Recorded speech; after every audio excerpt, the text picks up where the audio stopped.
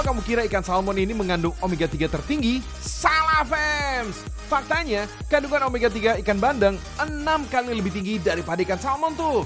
Kandungan lemaknya, wah ini juga cukup tinggi loh. Alasan itu, bandeng menjadi pilihan terbaik untuk dikonsumsi.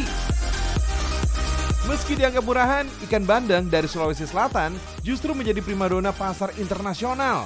Permintaannya berasal dari negara Taiwan, Korea Selatan, sampai Amerika Serikat. Oh my wow, Indonesia mendunia.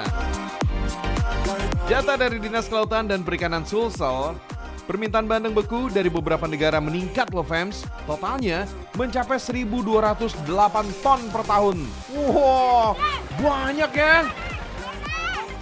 Sekarang gak heran ya fams, kalau Indonesia kini menjadi salah satu negara penghasil ikan bandeng terbesar di dunia. Sakitnya tuh. Anyway, bandeng ternyata pertama kali dibudidaya sejak 800 tahun lalu. Awalnya sih dari Filipina, terus menyebar sampai ke Tiongkok.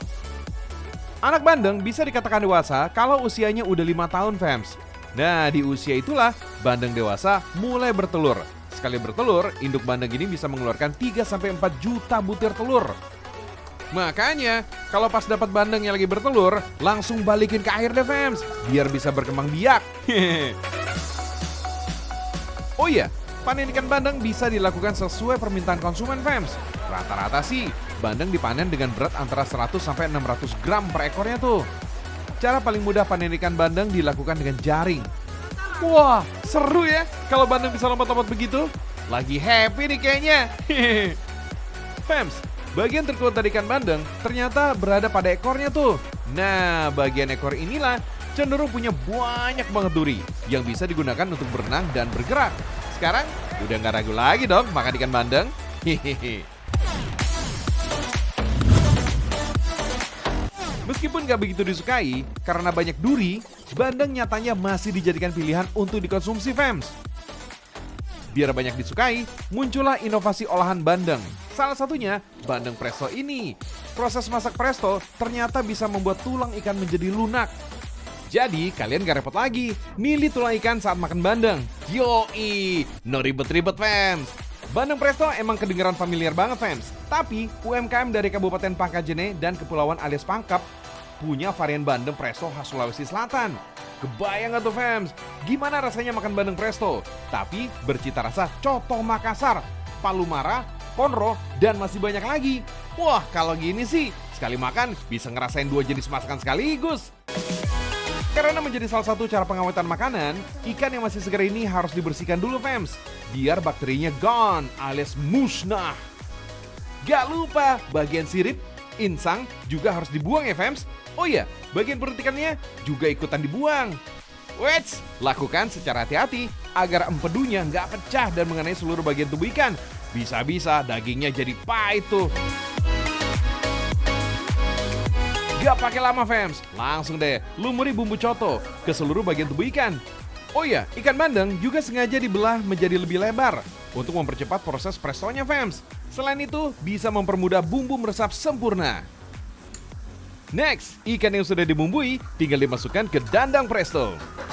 For your info nih, presto adalah cara memasak dengan uap air bertekanan tinggi. Tujuannya sih untuk mempercepat proses memasak, sekaligus melunakkan duri atau tulang bandeng. Biasanya sih fams, dandang presto dibuat dari bahan stainless steel yang kuat biar bisa menahan tekanan uap di dalam dandang.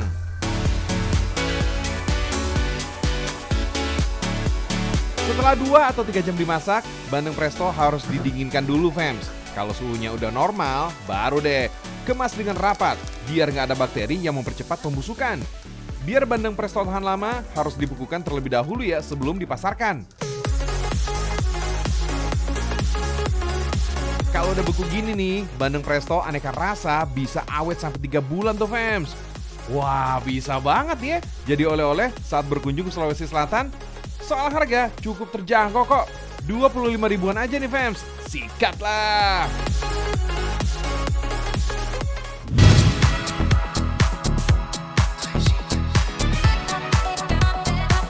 Wets, seru juga nih makan di atas perahu motor. Berasa lagi piknik di sungai ya fams. Ngomong-ngomong, kalian tahu nggak kakak-kakak ini lagi pada makan apa?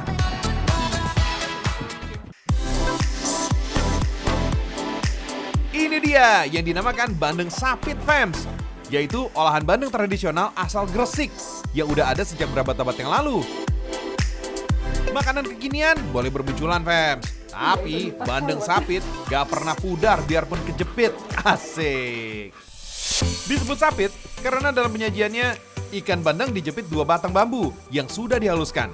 Kemudian ujung bambunya disatukan dengan batang daun pisang. Kalau dipikir-pikir, orang-orang di zaman dulu bener juga ya pakai batang daun pisang. Soalnya kalau diikat pakai tali, pasti bakalan lepas tuh talinya pas dibakar nanti. Bumbu-bumbu yang digunakan juga banyak banget fams. Mulai dari bawang merah, bawang putih, cabai merah, sampai rempah-rempah lainnya.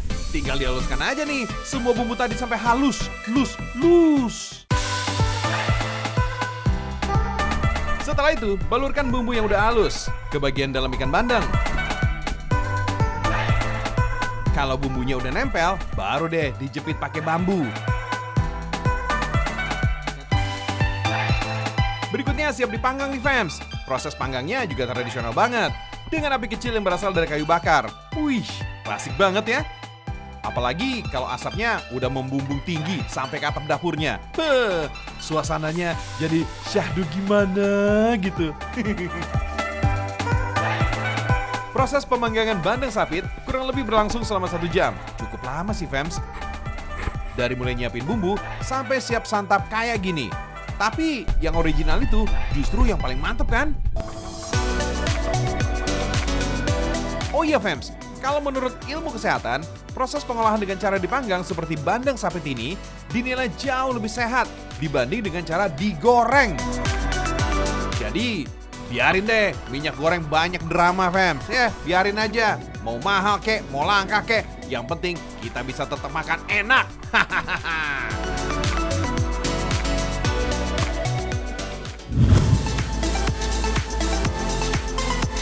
Soal mengolah masakan Nusantara, Ibu Siska Suwitomo, wah ini emang jagonya fams. Sampai-sampai beliau dijuluki Ratu Boga Indonesia berkat keahliannya mengolah kuliner di Indonesia. Salut deh. Kali ini kita olah sarden ya fams. Weh, tapi bukan ikan sarden kalengan itu ya. Kalau ini sarden dari ikan bandeng. Sebenarnya fams, sarden ini bukan nama olahan makanan, melainkan jenis ikan laut yang dikemas dalam kaleng. Karena digemari, akhirnya kata sarden dipilih untuk memudahkan penyebutan nama masakan ini. Bandeng dipilih karena termasuk dalam jenis ikan yang cocok diolah jadi sarden. Soalnya durinya banyak banget tuh. Biar nggak repot dimakan, bandeng sebelumnya dipresto dulu nih agar tulangnya lunak. Proses presto bandeng ini harus memakai bumbu sarden ya, biar cita rasanya meresap ke dalam dagingnya. Meski warnanya merah merona begini, bumbu sarden ini dibuat dari tomat. Jadi cocok nih disantap sama anak-anak yang gak doyan pedas fams. Oh ya, ada sedikit tips nih dari Bu Siska. Cara mengolah makanan dengan presto. Sebaiknya panci dipanaskan dengan api besar dulu. Kalau udah terdengar suara mendesis, baru kecilkan api. Tinggal tunggu deh selama 1 jam. Sebetulnya sih, sarden bandeng ini udah bisa dinikmati langsung nih fams. Tapi untuk menyempurnakan rasanya, Bu Siska akan menumisnya dengan bumbu dapur. Kemudian siramkan pada bagian atas sarden bandeng. Udah jadi deh. Olahan bandeng presto ternyata punya manfaat lebih untuk tubuh loh. Ikan bandeng yang dikonsumsi bersama tulangnya terdapat banyak kalsium fams, sehingga baik untuk tulang dan gigi. Wah, mantul fams. Pagi-pagi sarapan bandeng. Wah, biar tubuh sehat dan kuat tentunya. Yoi nggak? Nah, biasanya bandeng itu kan ditemui di pasar atau di tambak lah ya. Cuma sekarang ada di desa wisata. Nah loh, kok bisa di desa wisata ya? Itu bandengnya lagi healing apa kali ya? Salah. Oke, ini dia.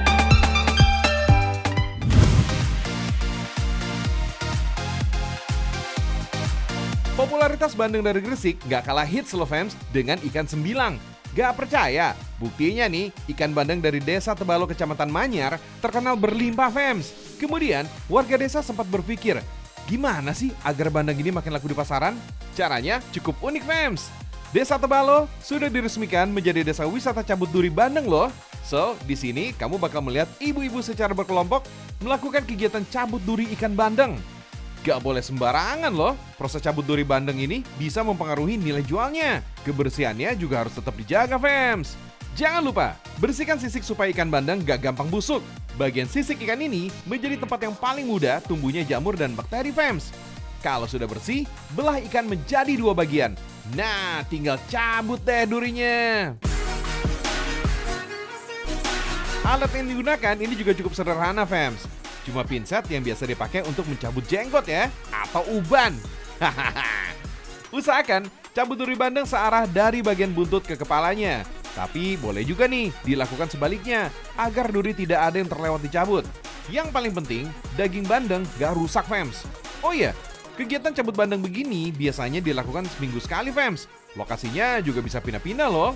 Malum aja sih, warga setempat emang masih diberi pelatihan agar cabut duri ikan dilakukan dengan benar. Peserta yang ikut pelatihan ini juga dikenakan biaya Rp50.000 per orang. Biaya ini sudah termasuk 2 ekor bandeng dan alat cabut durinya. Gimana? Kamu tertarik dong berkunjung ke desa wisata ini? Ya, kali aja bisa jadi pengusaha bandeng, ya nggak?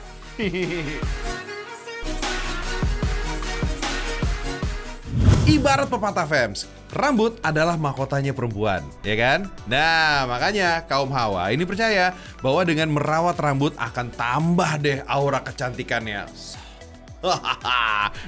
Tapi kaum Adam apa kabar, fams? Wah, tenang ya. Pokoknya rambutnya kaum Adam walaupun panjang, pakai pomade atau pompador atau botak sekalipun tetap pasti makin kece ya. Yang penting wangi, oke?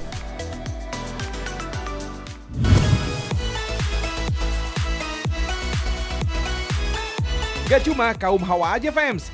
Kaum Adam juga gak mau kalah merawat rambut biar tampilannya makin keren, iya gak sih? Buat warga Jakarta, khususnya daerah Glodok, pasti gak asing lagi dengan tempat cukur rambut yang satu ini. Terbilang legend karena tempat cukur rambut Kotang ini sudah ada sejak tahun 1936. Wah, dari zaman penjajahan Belanda dong. Gokil, fams. Tapi belakangan ini ada juga nih anak muda yang cocok cukur rambut di sini. Karena beberapa treatment tempat ini ternyata unik banget. Seperti cuci rambut yang seperti ini, fams. Biasanya kan kalau cuci rambut di salon pelanggan akan tiduran dan kepala menghadap ke atas. Tapi kalau di sini kepala harus nunduk karena cucinya di wastafel. Tapi dijamin bersih dan seger kok karena bakal dipijat juga kepalanya. Wih, ini yang asik nih. Fams, kalau rambut kutuan biasanya apa sih yang kamu lakuin? Keramas atau kasih lemon? Nah, biasanya orang langsung ini pakai sisir kutu ya untuk membasmi kutu. Tapi tahu nggak? Sisir kutu itu dibuatnya di Indonesia loh, fams, ya, dan udah diekspor ke mancanegara. Cakep, Indonesia mendunia.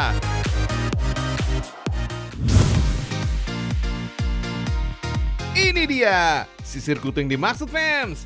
Meski terkesan jadul, sisir kutu ini ternyata masih aktif diproduksi sampai hari ini loh, fams. Bahkan udah jadi produk andalan yang dikirim sampai ke negeri tirai bambu, Cina. Wow, Indonesia mendunia. Hai fams, bambu yang akan jadi sisir kutu ini bakal kita warnain. Gak perlu lama-lama, kita hanya perlu celup 1 kali. Habis itu kita angkat deh. Dan lihat, warnanya langsung jadi cetar. Selain mencolok, pewarnaan ini juga bertujuan untuk menutup warna asli bambu yang kurang cantik dan cemong, fams. Nah, dari semua pembuatan sisir kutu, proses inilah yang paling lama, yaitu penjemuran, fams. Malum aja sih, proses ini cuma ngandelin sinar matahari aja. Kalau dilanjutkan prosesnya, saat datang bambu masih basah, sisir kutu malah jadi jamuran tuh. Oh iya, bambu yang dipakai untuk bikin sisir kutu ini bisa jenis apapun loh. Yang jelas sih, bahan baku ini berasal dari sisa bambu yang ingin dibuang, fams. Oh iya, ibu-ibu di Wiritasi, Kelurahan Mongkoso, Kecamatan Sopeng Riaja, Kabupaten Baru ini udah buat sisir kutu sejak tahun 2003, fams. Karena kualitasnya yang aduhai, sejak tahun 2007 udah dikirim ke Cina tuh.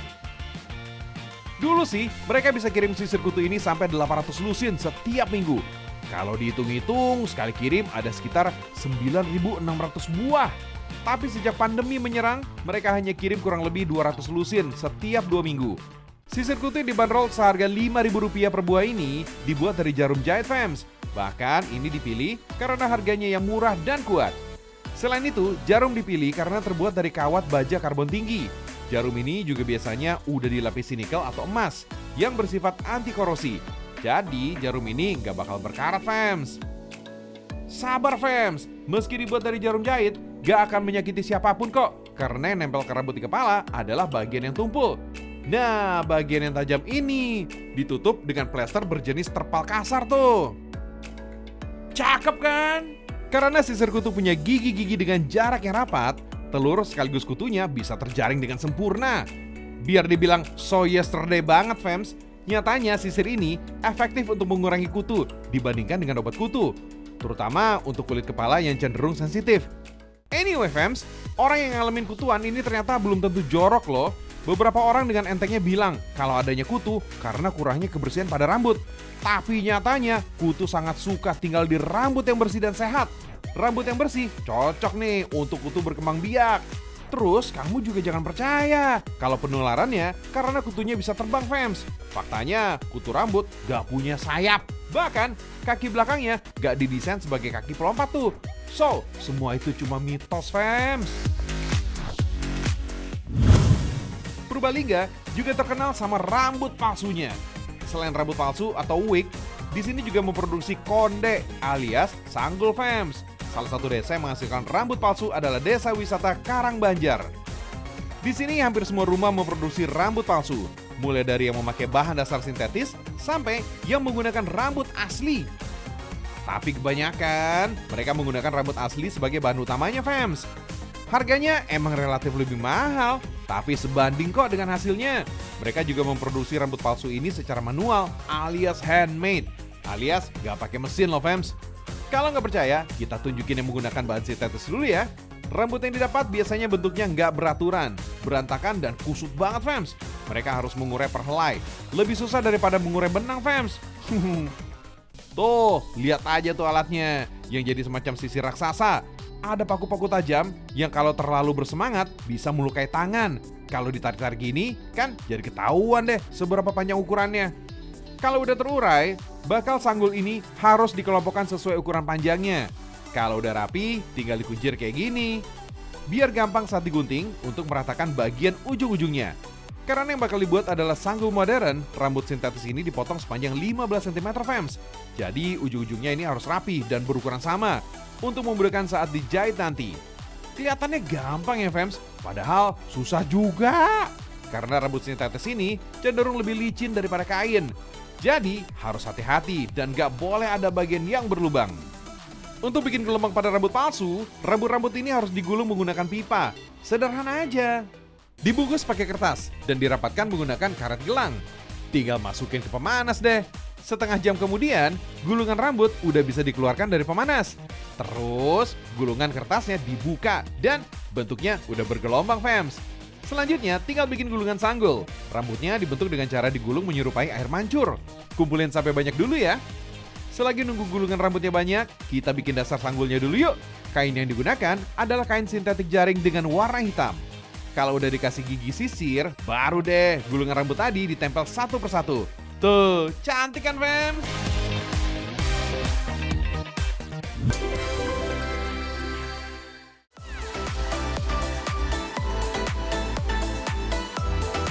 Wah, gak kerasa ya, udah 30 menit nih. Jorici nemenin kamu, fams. Besok kita balik lagi ya untuk kasih informasi yang bisa nambahin wawasan kamu. Saksikan terus Seragam Indonesia, karena Indonesia mendunia. Sampai jumpa besok.